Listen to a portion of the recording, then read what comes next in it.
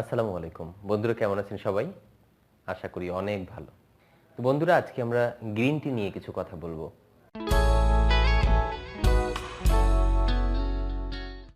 অনেকের মধ্যেই একটা কৌতূহল আছে যে গ্রিন টি কি কাজ করে, গ্রিন টি কখন খেতে হয়। আসলে তরল জিনিস তো খেতে হয় না, পান করতে হয়, তাই না? গ্রিন টি কখন আমরা পান করব, বা গ্রিন টি দিয়ে কি কি বেনিফিট হবে, কেন গ্রিন টি নেব, ব্ল্যাক টিও তো আছে, এর ভিতরে স্পেশালিটি কি গ্রিন টির মধ্যে, এই বিষয় নিয়ে হালকা একটু কথা বলি আজকে আমরা। বন্ধুরা, মাথায় রাখতে হবে যে আমরা যে খাবার নেব বা যে পানীয় আমরা নেব, সবগুলোর মধ্যেই কিন্তু আমরা চেষ্টা করব কি, যে আমাদের যেন অবশ্যই একটা হেলথ বেনিফিট থাকে। তাহলে হবে কি, আমরা ছোট ছোট ছোট ছোট এই হেলথ বেনিফিটগুলো খুঁজে পেতে পেতে দেখা যাবে যে আমরা সবকিছু, যে খাবারগুলো নেই বা পানীয়গুলো আমরা নেই, সবগুলো থেকেই কিন্তু আমরা ছোট ছোট করে হেলথ বেনিফিট খুঁজতে খুঁজতে দেখা যাবে আমরা ভালো কিছু ফায়দা পাচ্ছি সবগুলো থেকে। তেমনি আমরা যখন চা পান করব, আমরাও খুঁজবো, হ্যাঁ, আমার চা থেকে যেন আমি ভালো কিছু ফায়দা পাই। তো বন্ধুরা, এই জন্য গ্রিন টিটা খুব ভালো। ভালো এ কারণে যে গ্রিন টির মধ্যে প্রচুর অ্যান্টিঅক্সিডেন্ট আছে। অ্যান্টিঅক্সিডেন্ট খুব বেশি আছে, যা আমাদের রোগ প্রতিরোধের জন্য খুব কাজ করে, ক্যান্সার প্রতিরোধের জন্য খুব কাজ করে। শুধু ক্যান্সার বলতে কিন্তু অনেকগুলো ক্যান্সার আছে। কারো চামড়ায় ক্যান্সার হয়, স্কিন ক্যান্সার, কারো মানে লিভারে হয় ক্যান্সার, কারো ওভারিতে হয়, কারো ব্রেস্টে হয়, কারো বিভিন্ন ধরনের যে অর্গানগুলো আছে, আমাদের প্রত্যেকটা অঙ্গ প্রত্যঙ্গের উপরই তো ক্যান্সার হয়। যেখানে যেখানে হয় আসলে প্রত্যেকটা ক্যান্সার কিন্তু প্রতিরোধের ক্ষেত্রে খুব ভালো কাজ করে।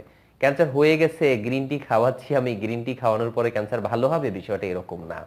তার মানে আমরা কি বুঝলাম, যে অ্যান্টিঅক্সিডেন্ট আমাদের ক্যান্সারকে প্রতিরোধে সাহায্য করে। যাদের ডায়াবেটিস আছে তাদেরও এই ডায়াবেটিসকে কন্ট্রোলের জন্য হেল্প করবে। যাদের হাই প্রেশার আছে তারাও উপকার পাবেন। গ্রিন টি কিন্তু বন্ধুরা, যারা খুব ওভারওয়েট, বেশি ওজন আছে, তাদের ক্ষেত্রেও খুব ভালো কাজ করে। খারাপ কোলেস্টেরল এবং ভালো কোলেস্টেরল বলতে একটা বিষয় আছে। গ্রিন টি খারাপ কোলেস্টেরলকে কমিয়ে দেয়, তখন ভালো কোলেস্টেরলটা বেশি হয় এবং নরমালি উপকারটা হয়। হ্যাঁ, যেহেতু তার একটা মানুষের শরীরে যদি খারাপ কোলেস্টেরল কমে যায়, ভালো কোলেস্টেরল বাড়ে, তখন তো অবশ্যই ওই মানুষটা লাভবান হবে। গ্রিন টি থেকে এভাবে আমরা লাভ পেতে পারি।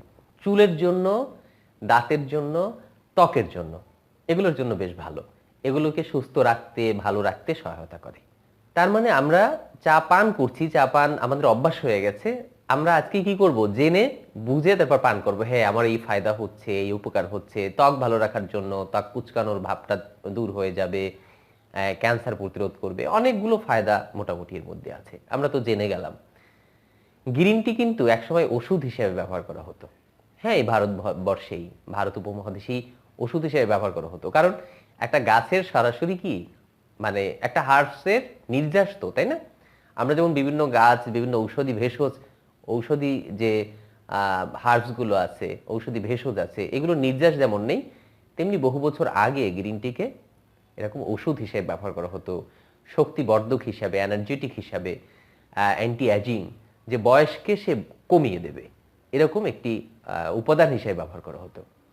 এখন আমরা গ্রিন টির গুণ জানলাম, তার মানে শুধু পানির বদলে গ্রিন টি পান করতেই থাকবো, এরকম এরকম না। গ্রিন টিতে কিন্তু ভালো ভালো কিছু সাইড এফেক্ট আছে। প্রথম কথা হচ্ছে, খালি পেটে আমরা কখনোই গ্রিন টিটা নেব না। কেন নেব না? এর কারণ হচ্ছে যে আমাদের যাদের মানে গ্যাসের একটু সমস্যা আছে, পেটের মধ্যে হাইড্রোক্লোরিক অ্যাসিড থাকে, এর সিক্রেশনকে অনেক সময় বাড়িয়ে দেয়। গ্রিন টির ফলে কারো আলসারের সমস্যা থাকলে তার প্রবলেম হয়। গ্রিন টি যদি সুস্থ মানুষও খায়, হ্যাঁ, সকলের যে হবে তা না, তবে কিছু কিছু মানুষ আছে তার খুব বেশি পেট ফেপে যেতে পারে, গ্যাসের সমস্যা হতে পারে, অস্বস্তি হতে পারে। এই জন্য আমরা খালি পেটে গ্রিন টি পান করব না। তো কখন পান করব তাহলে? আমরা কিছু খাবো, খাওয়ার কমপক্ষে 1-2 ঘন্টা পরে। খাবার, সকালে আমি ভাত খেয়েছি, 1 ঘন্টা পরে আমি গ্রিন টি পান করলাম। ওকে? প্রতিদিন কয় কাপ আমরা খেতে পারি বা কয় কাপ পান করতে পারি, এটা একটা প্রশ্ন না? এই প্রশ্নের উত্তরটা হচ্ছে যে প্রতিদিন আমরা 2, 3, 4, সর্বোচ্চ 5, 5-এ না যাওয়াই ভালো। আমরা 2 থেকে 3, 4-এর মধ্যে লিমিট রাখি না, এটা আমরা করব। আমরা আগেই বলেছিলাম যে আমরা এই পানীয় থেকে কি চাই, ফায়দা চাই, উপকার চাই, আমাদের শরীরের জন্য যেন উপকার হয়।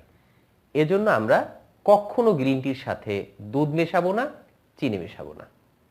তাহলে কি হবে, অ্যান্টিঅক্সিডেন্ট বা উপকারী যে গুণ আছে, এই গুণগুলো নষ্ট হয়ে যাবে। অতিরিক্ত না না পান করাই ভালো, কারণ হচ্ছে এর ভিতরে তো ক্যাফেইন আছে। এই ক্যাফেইন কিন্তু ঝামেলা তৈরি করে, কারো ঘুমের সমস্যা করে। হ্যাঁ, বাট হ্যাঁ, এটা এনার্জেটিক, খুব দ্রুত এনার্জি এনে দেয়, খুব ভালো লাগবে। কিন্তু অনেকের আছে যে রাতে এই গ্রিন টিটা পান করলে তার ঘুমের সমস্যা হতে পারে। অনেকেই আপনারা যদি মনে করেন যে না কেমন একটু তিতা তিতা ভাব, আমি একটু মিষ্টি মিষ্টি ভাবটা চাই, তাহলে আপনি মধুটা মেশাতে পারেন গ্রিন টি এর সাথে। আমি পার্সোনালি লেবু মেশাতেও নিষেধ করি, কারণ গরম একটা জিনিসে আপনি লেবু মেশাবেন কেন? লেবু থেকে আমরা উপকার চাই, তাই না? গরমের মধ্যে তো ভিটামিন সিটা নষ্ট হয়ে যাবে। আমি গ্রিন টির মধ্যে কিচ্ছু মেশাবো না, যদি একদম মেশাতেই হয় হালকা একটু মধুটা আমরা মেশাতে পারি। এই মধু আমাদের হেল্প করবে। হ্যাঁ, মধু মেশালে তেমন কোনো সমস্যা হয় না, বাট চিনি আর দুধ একদম না। ঠিক আছে তো? তাহলে আমরা গ্রিন টি পান করব অবশ্যই, আর অবশ্যই পরিমিত, পরিমাণ মতো, এবং এর সাথে আমরা যে নিয়মের কথা বললাম, কি মেলাবো কি মেলাবো না এগুলো, আর ভালো ব্র্যান্ড দেখে বাজার থেকে গ্রিন টি নেব।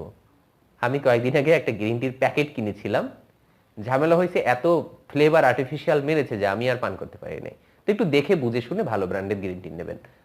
অনেক শুভকামনা আপনাদের জন্য, অনেক ভালোবাসা। আমাদের সাথে যারা অনেক দিন থেকে আছেন, আশা করি আপনাদেরকে আমরা সঠিক তথ্য দিয়ে তথ্য জানাতে পারছি, আর আপনারাও আমাদের সাথে আছেন। আমাদের মধ্যে একটা কেমন আত্মিক যোগাযোগ হচ্ছে। হ্যাঁ, আমাদের যারা চ্যানেলটি সাবস্ক্রাইব করেননি সাবস্ক্রাইব করুন, শেয়ার করুন, আমাদের সাথে থাকুন। আল্লাহ হাফিজ।